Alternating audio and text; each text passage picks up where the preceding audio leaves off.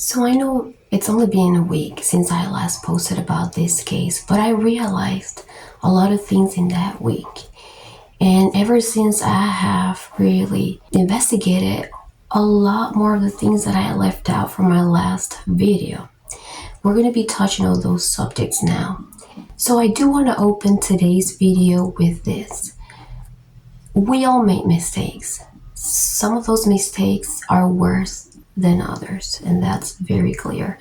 Some of those mistakes are against the law.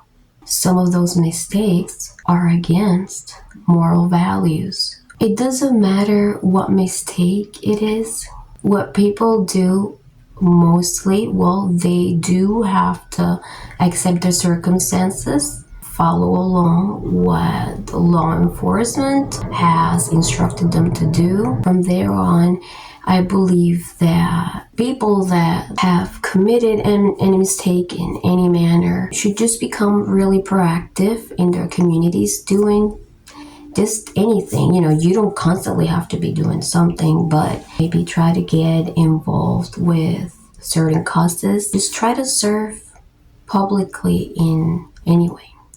Or even use your online platform to educate others on certain conditions, maybe as long form content. I think that is useful. There is a very thin line between making a mistake and planning on unaliving somebody. And so because of that, no matter the extent of the abuse that a victim was going through, there is no justification, in my opinion, to commit murder. And because of that, I believe that all parents, guardians, grandparents that are taking care of children should educate children now and let them know that conspiring to kill someone as a method of escape to any kind of abuse is not the correct thing to do. That there is no one that should be considered to be a role model in such situation. That sometimes the media does make mistake and deviates the attention to some cases that might help generate the network extra money. Excuse my Spanglish. So I understand that there are a lot of parents out there that are concerned about what their children will be learning from this situation on social media, but we do have to remember that first and foremost, we are the main educators of those children, and we have to explain our children that we should not use that example as a role model. They will not always be an exception and necessarily become famous or rich overnight after completing a term. It's very important that we become the main educators. That is my opinion.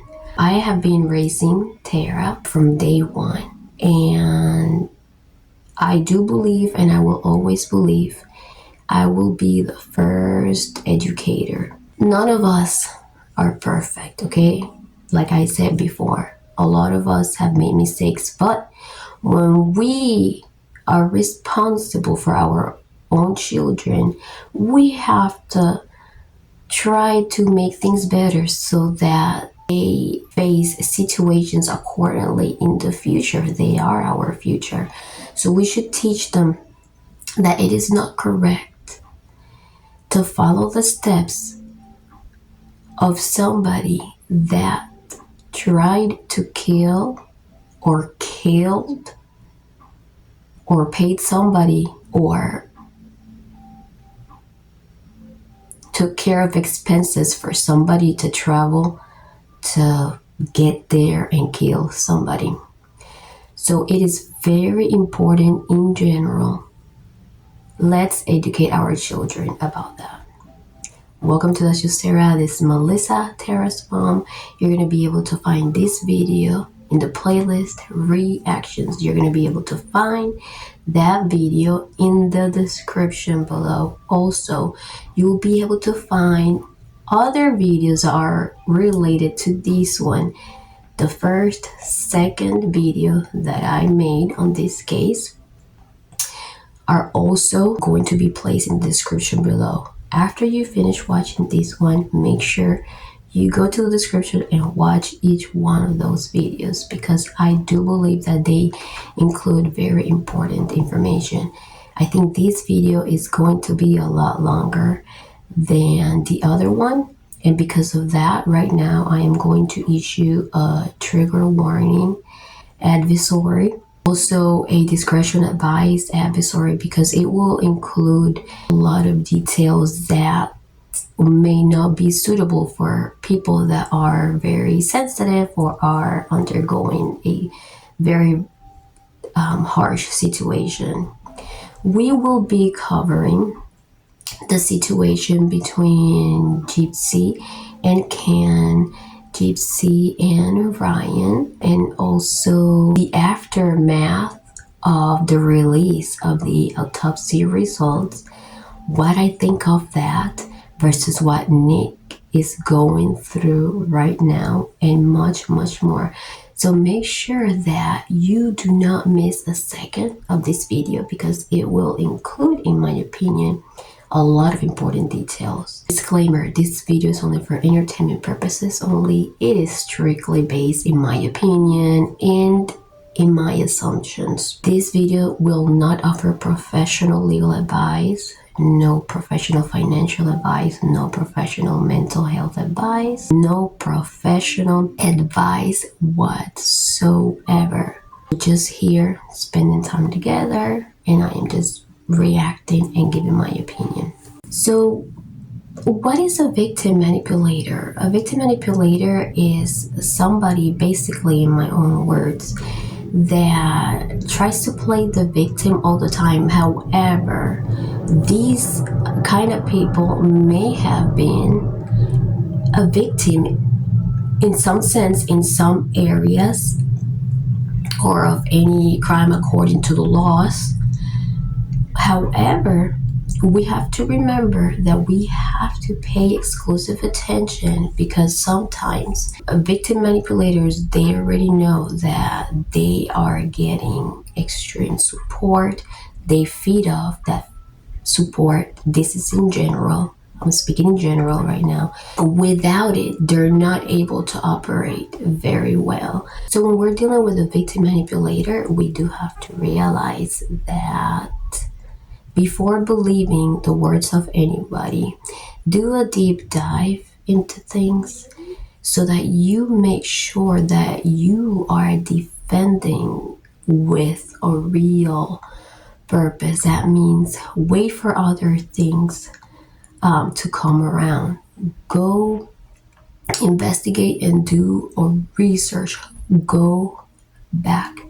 Go way back.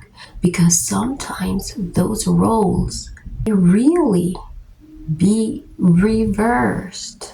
Do you understand what I am saying? Like, maybe the person that we thought was abused was really the manipulator and the abuser. But I am just saying in general. With that being said, I do believe we need to watch also for consistency.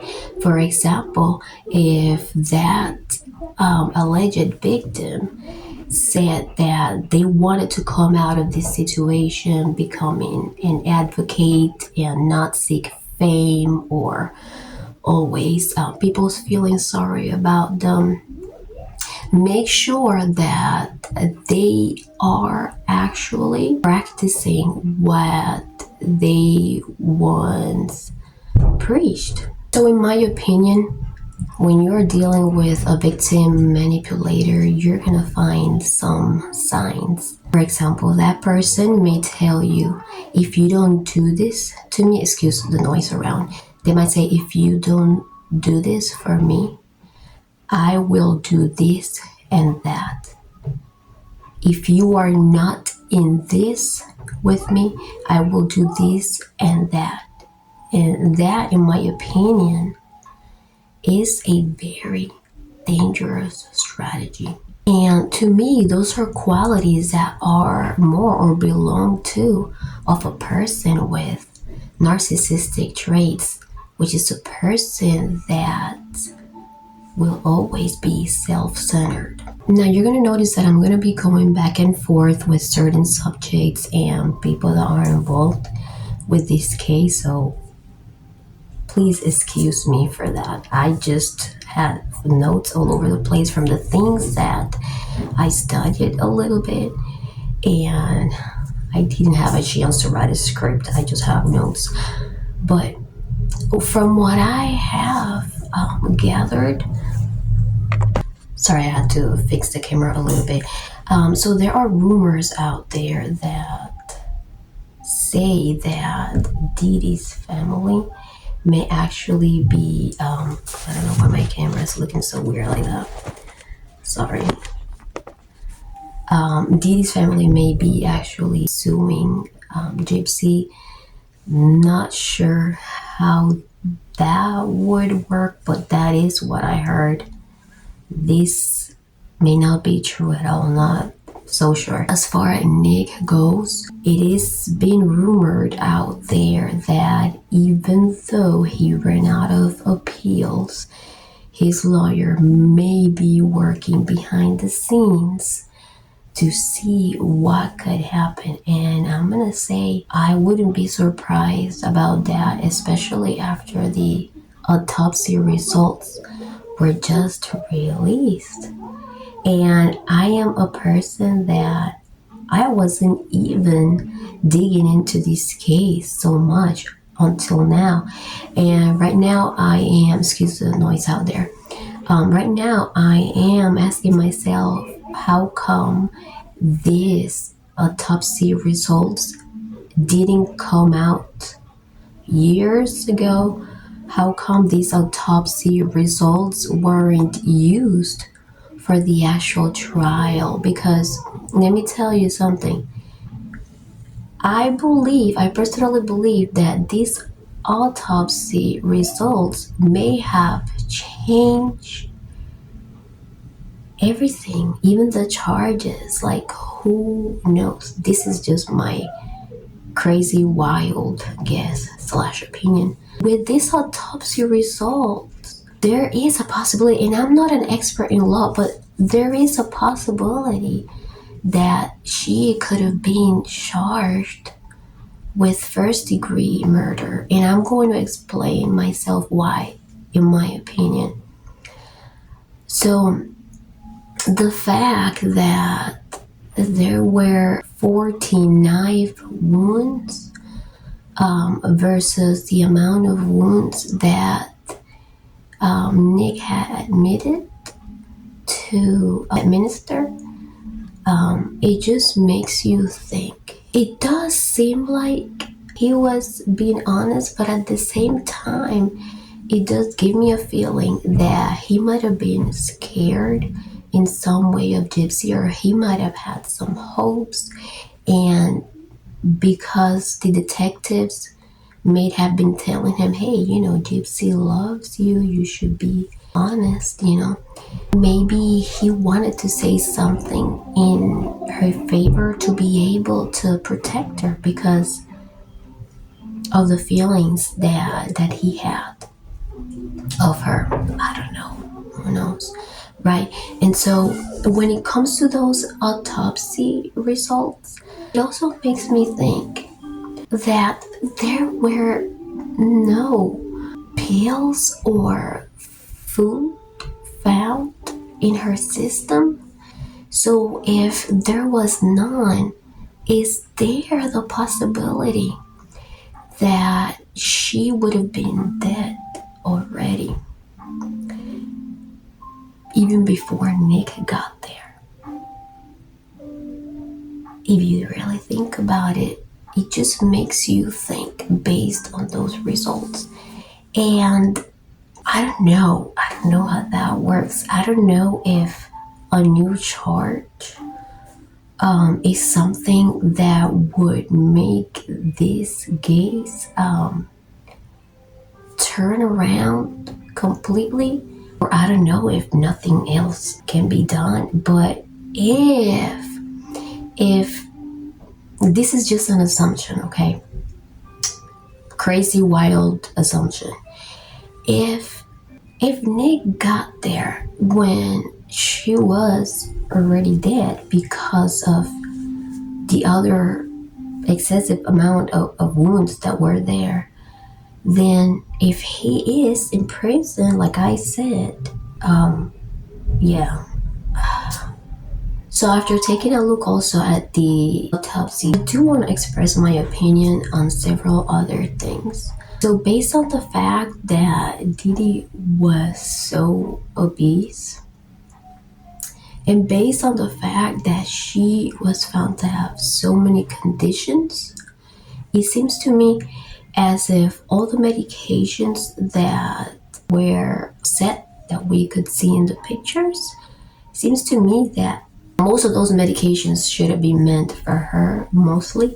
And it seems to me that since she was so overweight, so obese, if GYPSY would have tried to run away even to her neighbor's house, I don't think DEE would have been able to catch her on time. In my opinion, she would have had more than time and space to be able to get out of this situation that she was in. Now, let's get to the situation that she was in. And I'm gonna confess, in the last video that I posted last week, I didn't even realize how old, I didn't even know how old she was at the time of this crime. And now I realized that she was really 24, but apparently she was meant to believe that she was 19. And please forgive me, I am not extremely knowledgeable in this case. I'm just telling you things from what I see, in my opinion. Either way, she would still be a grown adult that took a lot of time to be able to learn how to use computers, cell phones. She had plenty of time to learn about how to be able to get out of certain situations. The fact that she resorted to this as a method to escape, to me, it's very alarming. Now, what kind of abuse she could have been submitted to, right? Was there physical abuse? Was there any extreme emotional abuse or anything like that? I haven't found anything that indicates any of that. I was able to find some information on how possible it could have been that, and this is just an opinion and just things, I am just reacting to things that I see, how it could be possible that at some point during her teenage years going into her adulthood, she may have known already what was going on, and she may have become a willing participant in the free things that they were getting. But I believe that she went through abuse, but there is no justification for murder here. And that is my opinion. Whatever abuse she was going through, there is no justification for murder.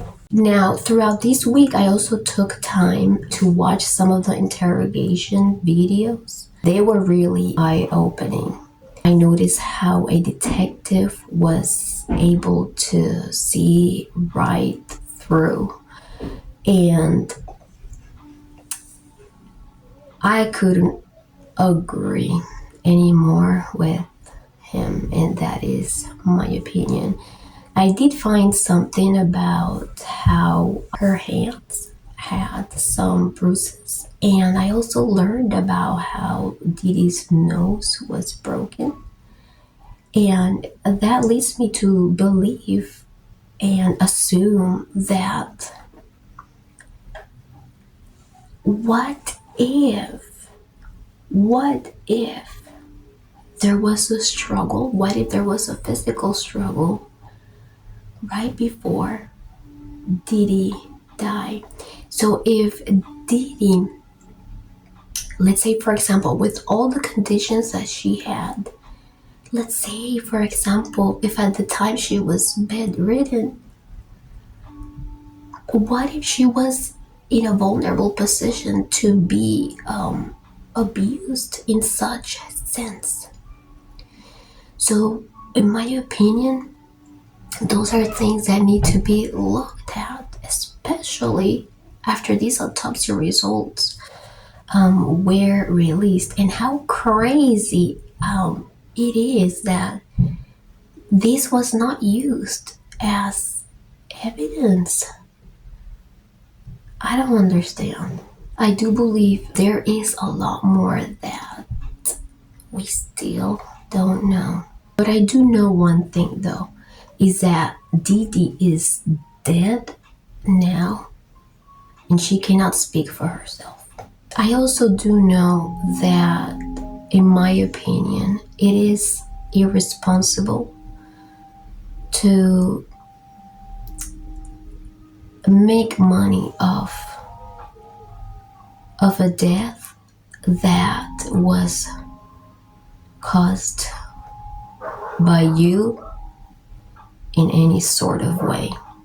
I do think it's a huge disrespect for the deceased and for the family of the deceased. And now this makes me think, is there a possibility that Gypsy may be scared of what Nick has to say now after he may have realized so many things? Is it true that Gypsy may have tried to reach out to Nick? Is it true that she may have tried to continue a bond that way her status remain the same? And these are just questions that people make to themselves every day in the comments. Remember, this video is only for entertainment purposes only. It's only my opinion, my reaction on what I see. So another thing that I feel concerned about, and I do also believe that other citizens are concerned about as well. So knowing that Gypsy is already now outside brick-and-mortar prison and that she is expecting a baby, is it possible that the agencies that watch for the children feel comfortable with the fact that a person that was involved in a case like this would be trusted to raise a child in a stable, loving, and safe environment? Like I said in my last video, I do believe that the things that she has done and could possibly do may be impulsive move, an impulsive action. And impulsivity sometimes can be extremely dangerous. I do not think that therapy is enough. I do believe that therapy helps so that that person takes care of themselves and is able to relate to others in a much better way and are able to calm themselves down and be able to keep their cool with things. But when it comes to raising a newborn, and it's not easy to raise a newborn, so many things can happen. You have to ask yourself, does this person have enough patience to be able to do this on their own? What if for some reason the biological father wish it is assumed to be, and what if he is not around? Could she be trusted, especially with the nature of the situation that she was in before that had to do a lot with medical? So as this baby grows older, the agencies might ask themselves, is she going to be fully transparent and honest about the health of this child? And so these are some questions that I am sure a lot of people are asking themselves out there, because right now, what really matters the most would be the well-being of that baby. We're going to be getting into the subject of Ryan and URKER, but before that, I want to dive in deeper into other subjects. Let's begin. I often ask myself, how come Gypsy, with everything that she had, how come she did not grab that phone and called 911 if she was in true and imminent danger? Yet she was not scared to conspire to kill someone. And so if she was scared to call the cops, but she wasn't scared to kill or plan to kill someone, I don't know, that just does not make sense at all to me. You know, when I started thinking more about this stuff, it was just this week when I found out that there were some instructional videos. Yeah. And that just made me even more concerned about this baby that's coming. Anyways, the instructional video, especially the one, and when I saw it, I was like, wow.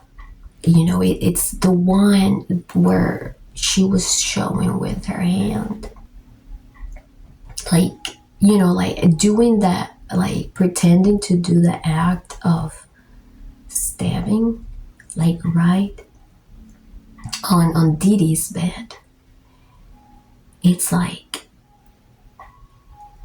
I don't know if Ryan or if Ken saw any of these things, but I ask myself, if they did, how would they feel comfortable enough to reach out to this person and fall in love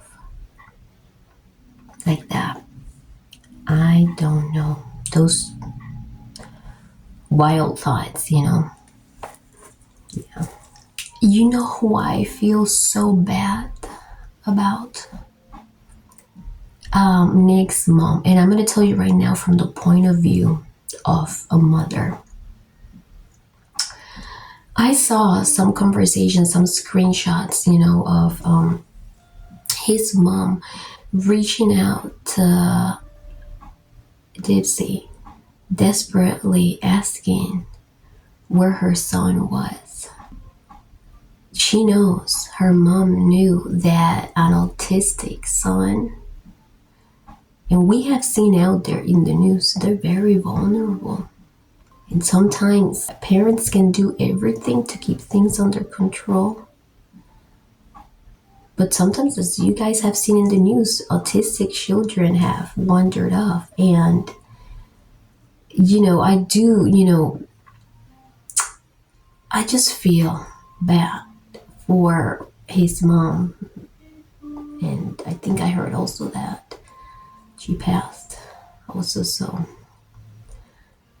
I do feel really bad. I don't know. It just something does not sit well about this whole case. These are just my reactions and opinions of what I have seen. You know what I also think about sometimes as well? While I was watching Nick's interrogation this last week, which I had never done, I started watching that stuff after my last video. He said something about DEE was nice to him. And because of that, I think he might have been hesitant as well to do something like this.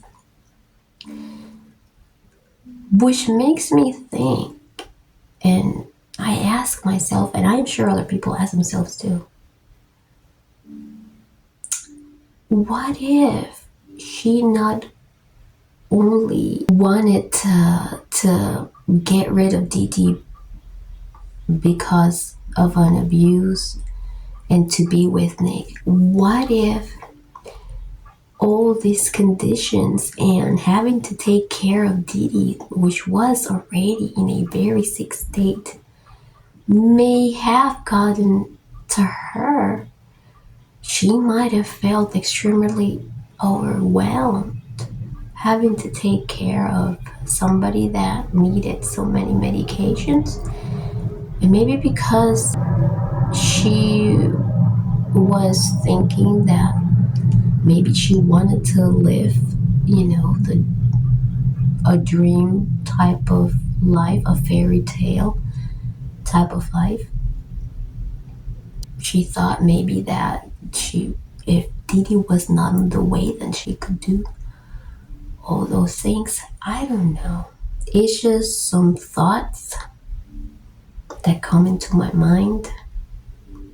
Just some wild guesses, I don't know.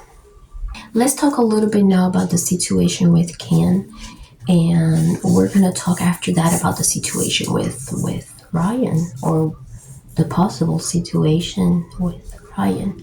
I believe it was the same day that the autopsy results were to be released. Gypsy releases a video of her cooking for the first time for Ken. I did notice a few things in the video that I would like to point out. And one of the things is how she mentioned that she is finally with the man that she really loves, somewhere along those lines, which makes me think, if Ryan doesn't realize now that she may not have ever possibly been into him at all, then I don't know what will. These are just my crazy opinions and wild guesses. Just my reactions towards what I see. I think based on what I see, maybe I am just seeing things, but based on Ken's body language, from what I can infer, he may be feeling a little bit hesitant now, to show himself, to express, extreme affection or admiration. And I don't know, maybe things are not rolling the way that they were in the beginning when they first got together, When she was saying some things like, I just want him to be happy, what I am getting from that is that she's possibly scared that he may not just want to stay with her for the baby, but she may be scared of him actually walking away truly from the relationship because of the things that he may be realizing now, especially now after the autopsy results came out. It seems like she is trying to use as many resources as she can to make sure that she lets the world know that that is the man that she loves, and period. It almost feels like, I don't know if you have ever been in a relationship where a person tells you, I can't live without you. Yeah, that type of dynamic, I don't know if that happens behind closed doors, but if it does, I would be sleeping with one eye open. Well, if it was me, if I was somebody in that situation, that's just me, my wild, crazy guesses. But I'm going to tell you something, sometimes when people are, they're in their early 30s, early 20s, or whatever, sometimes they do like to express publicly, their appreciation for their partner. But this is a very peculiar case, and we already do know that GYPSY has acted, based on or with impulsivity. And this is something that Ken may be starting to get scared of. You never know.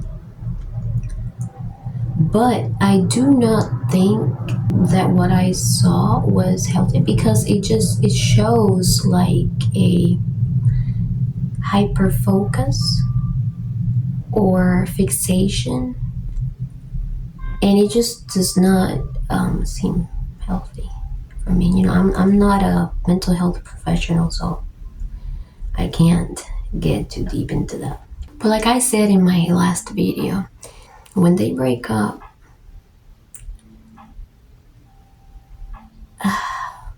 things might hit the fan, if you know what I mean.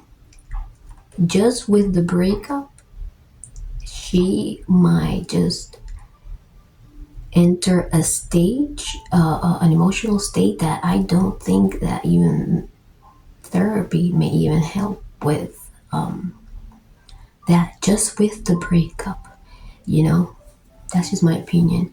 And if Ken results to be the biological father, he is probably not going to trust the baby to be in full custody of her because of a possible mental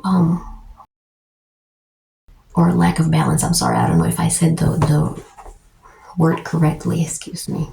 I don't know, it's just a lot that Ken may have to be concerned about.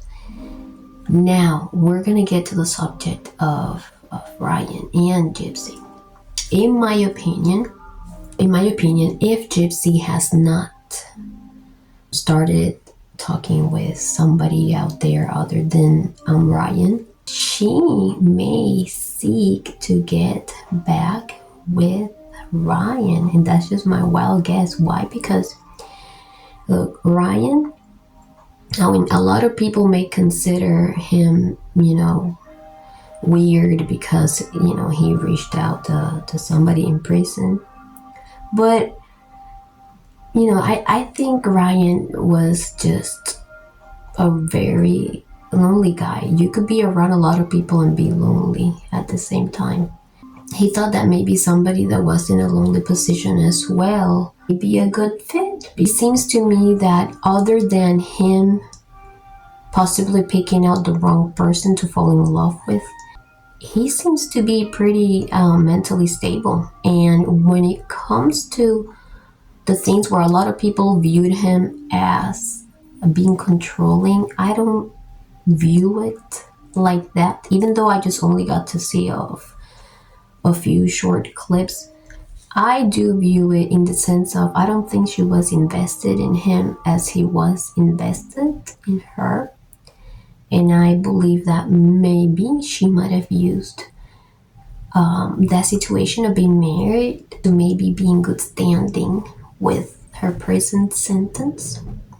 Maybe, just a wild guess, He seems to me like he's a stable guy. It seems to me that other things that she might have pointed out, like hoarding food or whatever, were just minor things in my opinion. And it seems to be like anybody else that would want a committed relationship would want to be reciprocated with the same type of level of compromise that a person really in love would be. And so she might go back.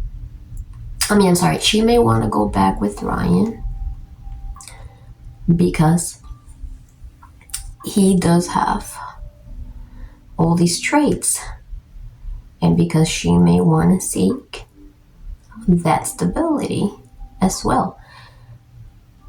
To be honest, I don't think at this point, I don't think her dad wants much to do with this situation anymore. I think he's starting to realize a lot of the things, and he may be scared too, but he loves her because, of course, that's his daughter, but she may want to go back with Ryan because he is very stable when it comes to these things that I mentioned from what I saw.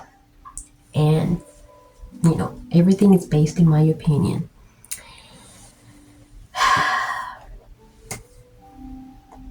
And then at that point,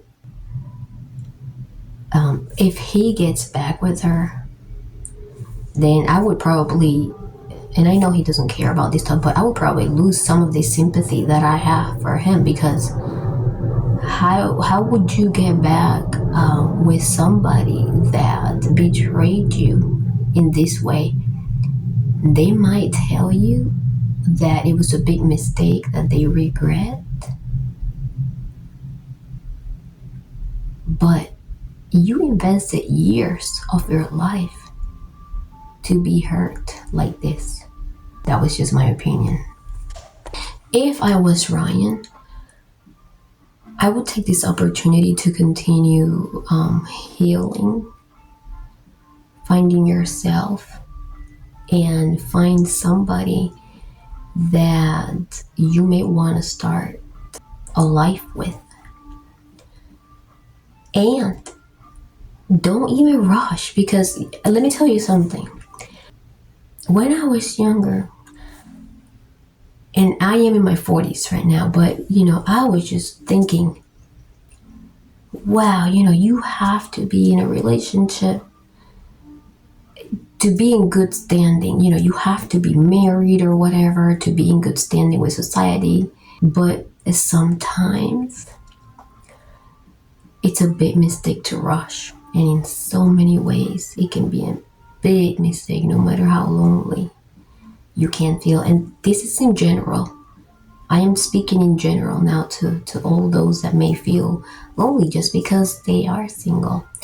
You don't know if you may be dodging a bullet yourself. If the universe is pushing you away from a situation, it's because the universe or God, if you're religious, they don't want you to be going through that. They don't want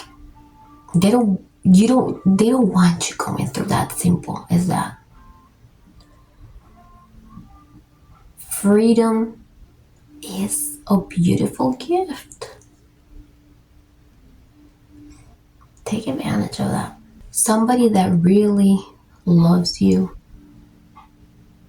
will compromise, will sacrifice things in a healthy way, of course.